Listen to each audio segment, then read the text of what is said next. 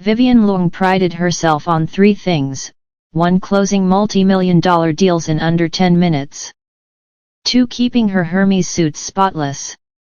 3. Never being late. All 3 were about to be tested at 8:57 a.m. on a Thursday. The elevator doors to the 35th floor opened, and Vivian stepped out with the grace of a queen inspecting her castle. Her assistant Marcus trailed behind, juggling a tablet, a leather portfolio, and her triple-shot espresso. "Big day," Marcus chirped. "The Westbridge merger meeting at 9, lunch with." He didn't finish, because a blur of motion appeared from the opposite hallway.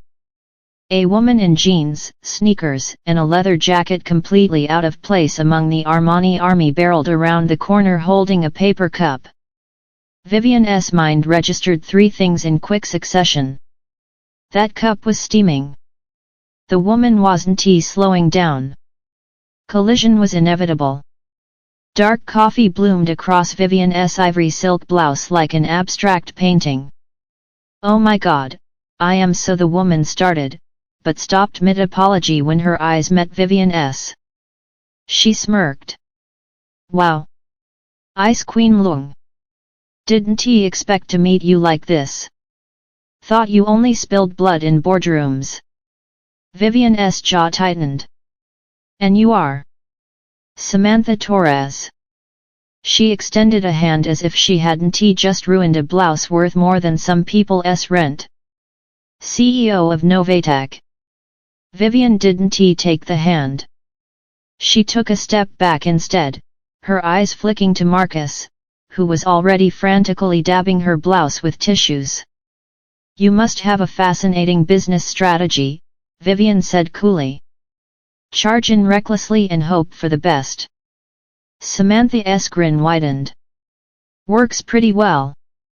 At least I get noticed. Unlike some people who hide behind frosty glares and overpriced fabrics." Marcus glanced between them like he was watching a tennis match. Should I?" "No," Vivian said sharply. "Miss Torres and I are done here." "Not quite," Samantha said, holding up a file folder. "I'm actually here for the Westbridge merger meeting too. Guess we're competitors." Vivian arched an eyebrow. "You competing for Westbridge?" "Why not?" Samantha tilted her head. "Don't tell me the Ice Queen's afraid of a little heat." Marcus made a choking sound that might have been a laugh before quickly pretending to cough. Vivian didn't respond. She simply turned and swept toward the conference room. Samantha followed, strolling in like she owned the place. The meeting was tense from the moment they sat down. Westbridge's executives were seated around the polished oak table, looking between Vivian in her now slightly coffee-stained blouse and Samantha in her casual rebellion outfit. Vivian began her pitch with crisp efficiency. "Leung Properties has the financial stability and global reach to elevate Westbridge's luxury developments. Our joint portfolio would..." "Boring," Samantha cut in. "What she means is, they're big, they're rich, but they're slow. Novatek can bring speed, innovation, and a killer app that will put Westbridge ahead of the curve." The executives exchanged glances. Vivian's eyes narrowed. Perhaps Miss Torres enjoys interrupting because she knows her numbers won't hold up to scrutiny. Samantha leaned back in her chair. "Or maybe I just know how to keep people awake." Marcus kicked Vivian under the table gently, but enough to break her death glare. She inhaled through her nose, exhaled slowly, and continued her pitch without acknowledging Samantha again. By the end of the meeting, neither side had secured the deal. The Westbridge CEO, clearly amused by the rivalry, announced, "We'll need more time to consider our options." "This is entertaining." Entertaining. Vivian hated that word. As the room cleared, Samantha lingered near the door. "Nice try, Ice Queen. See you at round 2." Vivian picked up her folder and brushed past her. Wear a bib next time, Torres. Wouldn't he want you spilling on yourself? Samantha laughed. Oh, don't worry. I only spill on people who need loosening up. Vivian didn't answer. But Marcus swore he saw the tiniest curve at the corner of her mouth. Back in her office, Vivian changed into an emergency spare blouse from her wardrobe closet. Marcus leaned against the desk, grinning. You like her, he said. Vivian froze mid-button. Excuse me. That smile you almost had, that was the IVE found a worthy opponent's smile. I've only seen it twice, once when you met the Tokyo investor who tried to outbid you, and once when that French chef refused to change your souffle order. Vivian gave him a flat look. Marcus, you are severely overestimating my patience for reckless women. He just shrugged.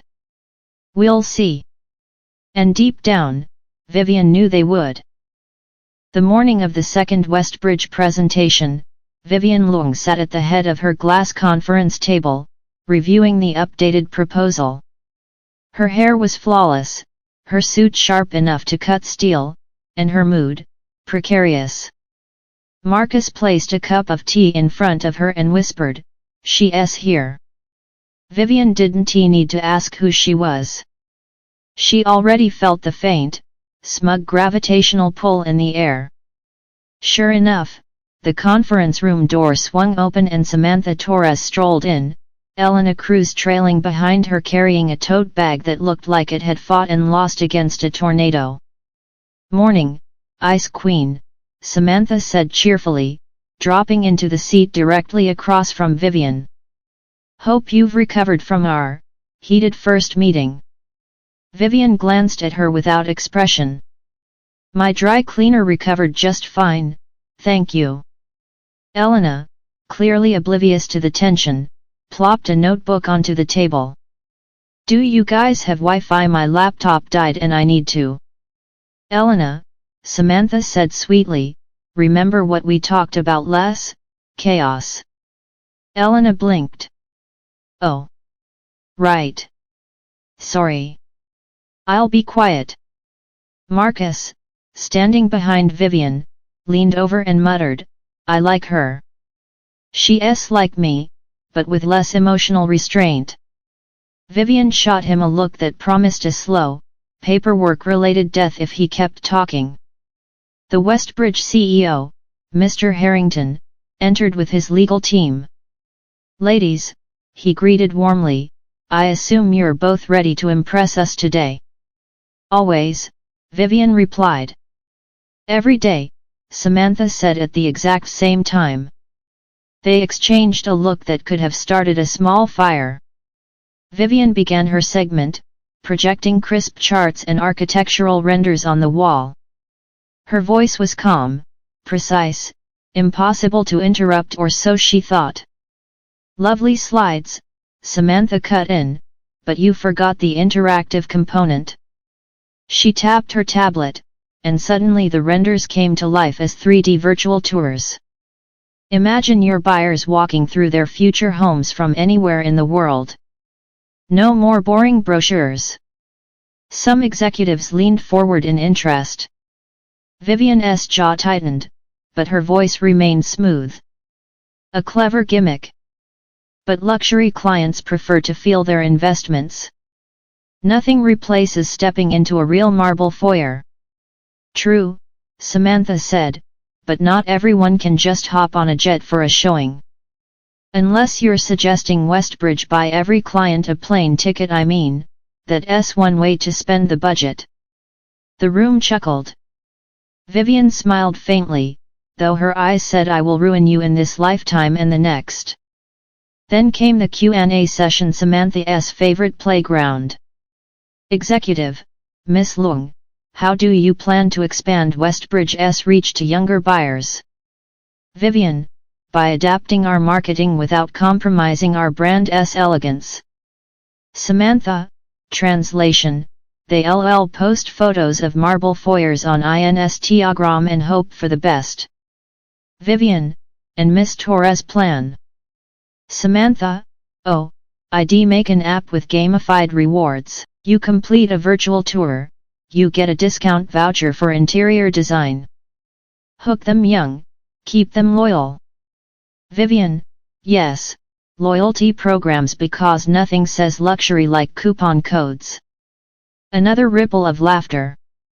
By the time the meeting ended, Mr. Harrington looked both impressed and mildly concerned that he might need to hire referees. We'll need further discussion, he said. Frankly, I'm not sure whether to merge with one of you, or lock you both in a room until you sort this out. Samantha grinned. I'm game. Vivian gathered her files with surgical precision. I prefer my rooms free of unnecessary noise. Samantha leaned in just enough for only Vivian to hear. Funny. I was just thinking I'd like to see how you handle distractions.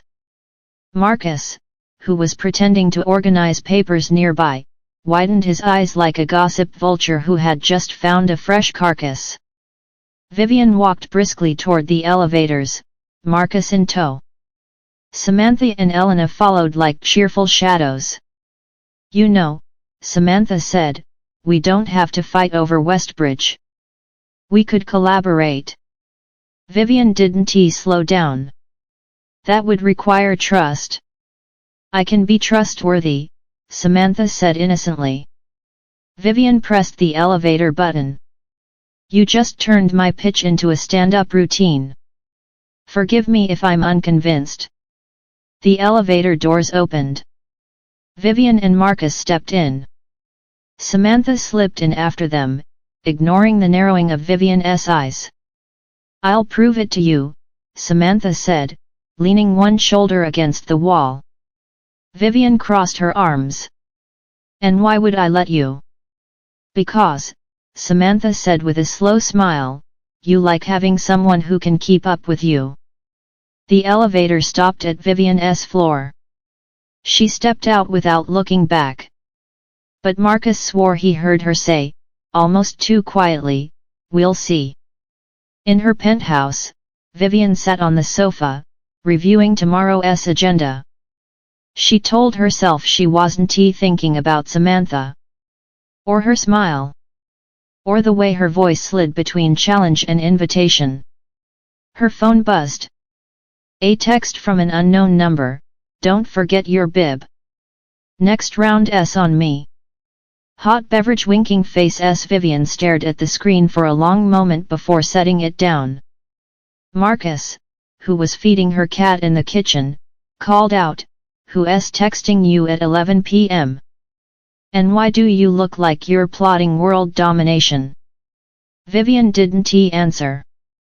She was too busy wondering if Samantha Torres was about to become the most irritating and most intriguing complication of her career. Vivian Leung was in the middle of her morning espresso ritual when Marcus burst into her office looking like someone had told him coffee was cancelled forever. You're not going to like this, he said. Vivian didn't even look up from her tablet. I rarely do. Westbridge made a decision. Vivian glanced up, already bracing for either victory or strategic regrouping. And Marcus winced. They want both of you. Vivian blinked. Excuse me. They're proposing a joint venture between Leung Properties and Novatech. Equal partnership. Vivian set down her cup with surgical precision. That's absurd. We are competitors.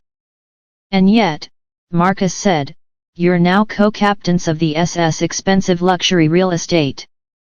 Before Vivian could reply, her office door swung open without so much as a knock. Samantha Torres leaned against the frame, Elena lurking just behind her holding what appeared to be a mango smoothie in a folder stuffed with papers. Morning, partner, Samantha said with a grin that made Vivian's blood pressure rise. I am not your partner, Vivian said flatly. According to Westbridge's legal team, you are. Samantha strolled in, dropping a stack of documents onto Vivian's desk. Here's the preliminary contract. Don't worry, I highlighted the parts you'll probably try to argue about. Vivian's eyes flicked to the neon pink tabs littering the pages. How considerate. Just looking out for you, Samantha said, leaning forward slightly. Wouldn't he want you to miss anything important? Marcus, ever the observer of potential gossip gold, mouthed the words "oh my god" before pretending to type an email. The joint project kickoff was held in a sleek rented workspace downtown Neutral Territory, though Vivian was convinced Samantha had chosen it solely for the espresso bar in the lobby. Westbridge's team explained the plan. Vivian's company would handle the architectural and investment side, Samantha's would build the virtual platform for global marketing. Basically, Mr. Harrington concluded, Long Properties brings the foundation, Novatech builds the future. Samantha grinned. I like it. I'm the fun parent, she's the strict one. Vivian didn't look up from her notes. Strict parents keep things from falling apart. Elena, sipping her smoothie, whispered loudly to Marcus, wow, the tension here could power a small city. Marcus whispered back, you have no idea. During their first work session, Samantha suggested a casual brainstorming lunch. Vivian suspected this was a trap but agreed, determined not to be outmaneuvered. They ended up at a busy Mediterranean restaurant. Samantha, naturally, ordered for the table without asking. Do you always make decisions without consulting anyone? Vivian asked as the waiter walked away. Do you always take life so seriously you forget to live? Samantha countered. Vivian was about to reply when the waiter returned, and tripped. Hummus. Everywhere. Vivian closed her eyes. Not again, relax, Ice Queen, Samantha said, grabbing a napkin and dabbing at the edge of Vivian's sleeve. I'll pay your dry cleaning bill. Again. I should start invoicing you directly, Vivian muttered. Samantha leaned closer, her voice dropping to a low tease. You know, most people would just say thank you. Most people, Vivian said, pulling back, don't repeatedly ruin my clothing. 2 days later, they were still ironing out presentation details. It was past 9 p.m. the office empty except for them and their respective partners in crime. Elena was sprawled across a sofa with her laptop, while Marcus sat at a corner desk pretending to work but actually taking notes for what he referred to privately as the Lung Torres saga. Vivian stood over the large table, reviewing architectural blueprints. If we adjust the floor plan, we can maximize the natural light in the main lobby. Samantha glanced over from her own screen. Sure. But we can also integrate smart glass. Changes tint automatically based on sunlight. Energy efficient and it looks cool. Vivian hesitated, then nodded. Not a bad idea. Samantha smirked. Careful. You almost sounded like you enjoy working with me. Vivian didn't answer, but she did notice with some irritation that Samantha's smile lingered longer than it should have. A call from Mrs. Lung. Vivian's phone buzzed. She glanced at the caller ID and sighed before answering. Yes, Mother. Marcus perked up. He loved Mrs. Lung's calls. Darling. Mrs. Lung's voice boomed. I hear you're working with a very charming young woman. Samantha, was it? Are you two dating yet? Vivian closed her eyes. No, Mother. We are business associates. Associates who spend long nights together sounds promising. Samantha, clearly eavesdropping, grinned and mouthed, Hi, Mom. Vivian hung up before Mrs. Lung could invite Samantha to dinner. By the end of the week, they had a functional if slightly chaotic rhythm. Samantha's ideas pushed boundaries, Vivian's discipline kept things grounded. They still argued daily. They still traded barbed comments like Olympic fencers. But beneath it, something else had started threading its way in. A flicker of curiosity. A flash of understanding. And, though neither would admit it yet, a dangerous awareness that this partnership might lead to more than just a business deal. It started with a photo. Vivian Leung was halfway through her morning tea when Marcus burst into her office holding his phone like it was evidence in a criminal case. "Don't panic," he said. "I never panic," Vivian replied, already sensing a reason to start. Marcus set the phone on her desk. The headline read, "Power Couple or Power Play, Vivian Leung and Samantha Torres spotted in late-night rendezvous." Below it was a grainy, zoomed-in shot of her and Samantha leaving the rented workspace at 10 p.m. the previous night. Vivian was carrying a portfolio, Samantha was holding the door for her and smiling in a way the tabloids clearly decided was suggestive. Vivian blinked. "This is absurd." Marcus scrolled down. "Oh, it gets better. They're calling you the Ice Queen and the startup siren." Before Vivian could respond, her phone lit up. "Samantha Torres." She answered curtly. "Yes." "You saw it." Samantha's voice was far too cheerful for someone in a PR disaster. "I saw a work meeting being turned into cheap gossip." "Oh, come on," Samantha teased. "They got my good side. And your glare looks almost fond." Vivian inhaled sharply. "We will issue a statement clarifying this." "Or," Samantha said, "we can use it." "Use it?" "Westbridge wants publicity.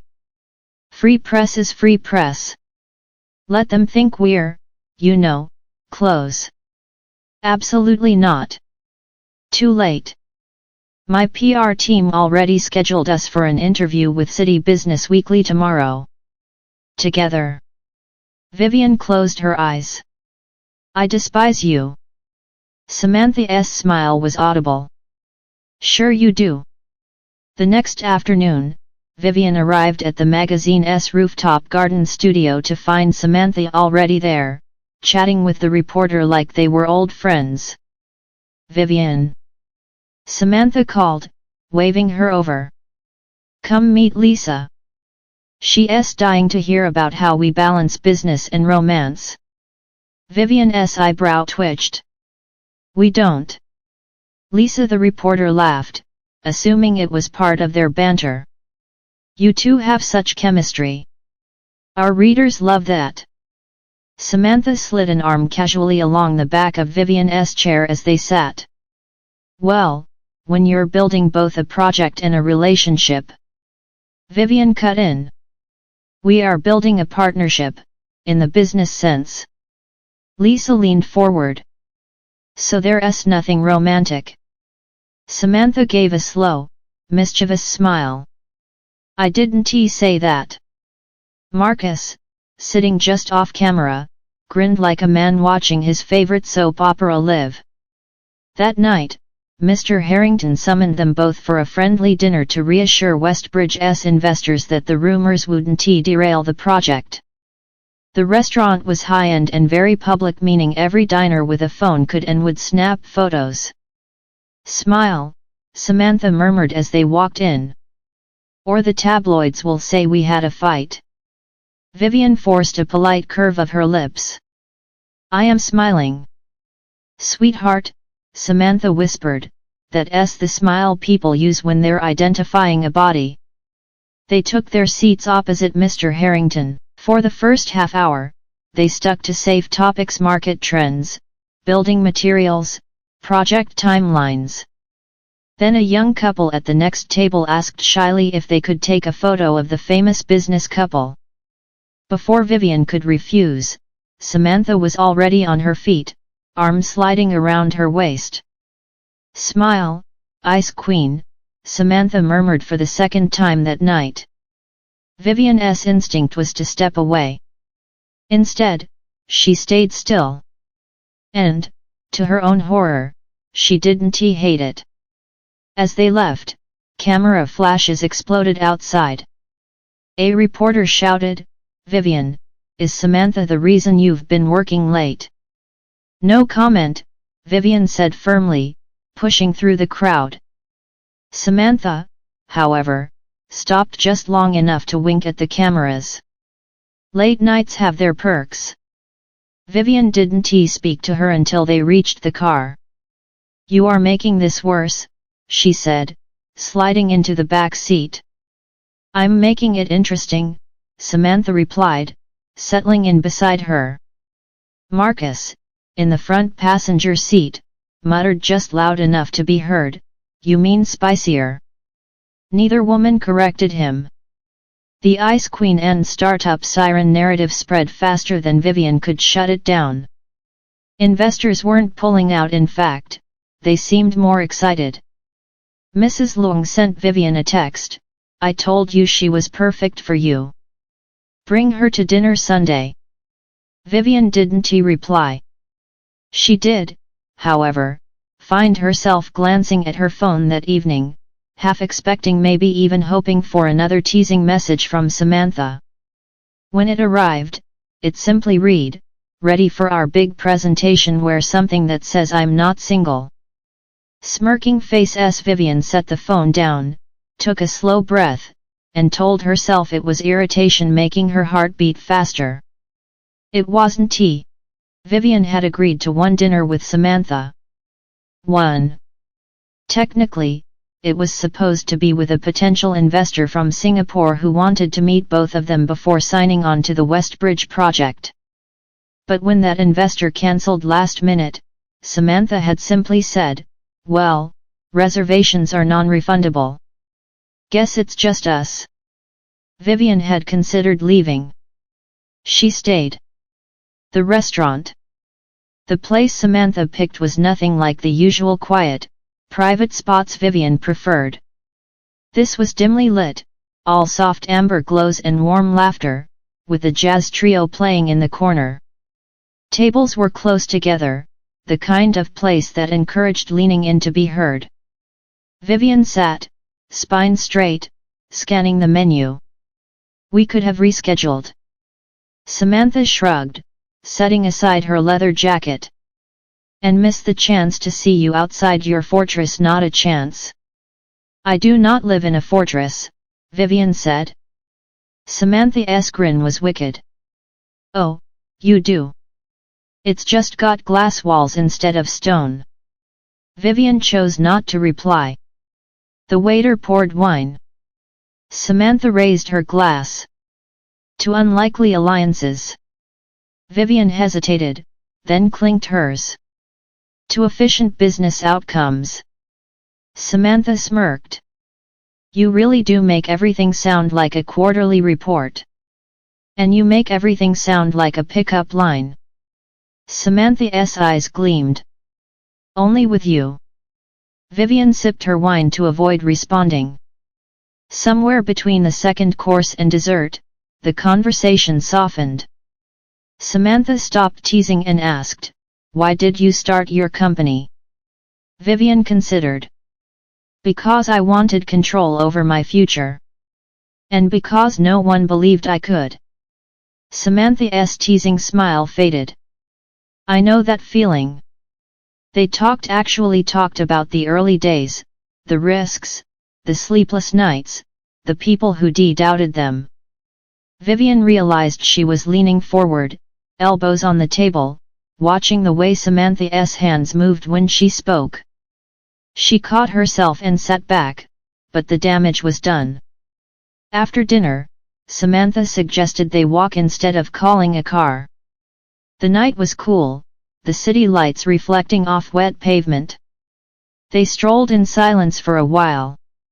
"You know," Samantha said, "I didn't think I'd like working with you." Vivian raised an eyebrow. The feeling was mutual. And now Samantha's tone was light, but there was something in her eyes that wasn't a joke. Vivian opened her mouth. Closed it. "Now, you're less intolerable than I expected." Samantha laughed softly. Careful, Ice Queen. That almost sounded like a compliment. They stopped at the corner where their cars were waiting. For a moment, neither moved. Samantha's gaze flicked to Vivian's lips. Vivian felt the pull of it and hated that she didn't immediately step back. I'll see you at the presentation, Vivian said finally, voice low. Count on it, Samantha murmured. Vivian slid into her car, shutting the door before she could do something reckless, but the look in Samantha's eyes followed her all the way home. That night, Vivian told herself it was just a dinner, just a strategic alliance. And yet, when she set her phone on the nightstand, she couldn't help noticing she was waiting for it to light up. The morning of the final Westbridge presentation, Vivian Leung was ready for war. Hair perfect. Suit immaculate. Presentation flawless. And, if she was honest with herself, she was ready to see Samantha Torres walk into the room because of course she'd arrive with that smug grin that made Vivian want to both strangle her and, something else she refused to name. Marcus peeked into her office. She's here. Vivian didn't look up from her notes. Tell her to be ready. Marcus hesitated. You might want to know, she's not smiling today. Vivian glanced up. In the conference room, Samantha stood by the window, frowning at her phone. Elena hovered nearby, looking like she'd bitten into a lemon. What happened? Vivian asked. Samantha looked up. Our presentation files are gone. The server's been wiped. Vivian blinked. Gone. Gone, Elena confirmed. Either a technical glitch, or someone wanted us to crash and burn. Vivian's mind flashed through their competitors. It was possible. And it meant only one thing, improvise or lose everything. Samantha met her eyes. Can you handle that, Ice Queen? Vivian squared her shoulders. Watch me. They went in with nothing but printed outlines, sketches, and their combined ability to talk circles around anyone in the room. Vivian led with vision luxury spaces that would redefine city living. Samantha followed with innovation, a platform that would make those spaces irresistible worldwide. Somehow, the flow was seamless. Where Vivian was precise, Samantha was dynamic. Where Samantha pushed the edge, Vivian grounded it in credibility. By the end, Westbridge's board was leaning forward, hanging on their words. Mr. Harrington smiled. I think we've seen enough. Congratulations, ladies. You've got the deal. They left the boardroom to a quiet corner of the hallway. For once, neither spoke immediately. Finally, Samantha said, we made a good team. Vivian allowed a small smile. Against my better judgment, yes. Samantha stepped closer, lowering her voice. So what now? We just keep pretending this is only business. Vivian held her gaze. It's complicated. Samantha's lips curved. It doesn't have to be. For a moment, they stood there, the noise of the office fading. Vivian thought of every reason to walk away and ignored all of them. Fine, Vivian said softly. I like working with you. And I don't dislike being around you. Samantha grinned. That's the most romantic thing I've ever heard you say. Vivian rolled her eyes and then, before she could talk herself out of it, leaned in and kissed her. It wasn't dramatic. It wasn't staged. Just a quiet, sure kiss that said more than either of them had admitted aloud. When they broke apart, Samantha whispered, finally. Marcus and Elena, who had been not so subtly spying from around the corner, high-fived. The Westbridge project was a success. Investors were thrilled. The The media still called them the Ice Queen and Startup Siren, but now they didn't bother correcting it. At a charity gala, Mrs. Leung introduced Samantha as my daughter's partner, and for once, Vivian didn't object.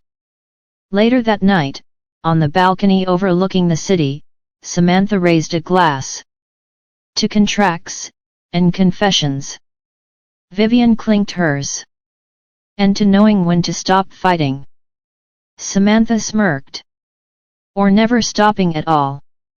They kissed again, this time with no one watching, and for once, Vivian didn't care who knew. That's your full 6th chapter, 6,000 word CEO romance, humor, rivalry, drama, and all the slow burn payoff.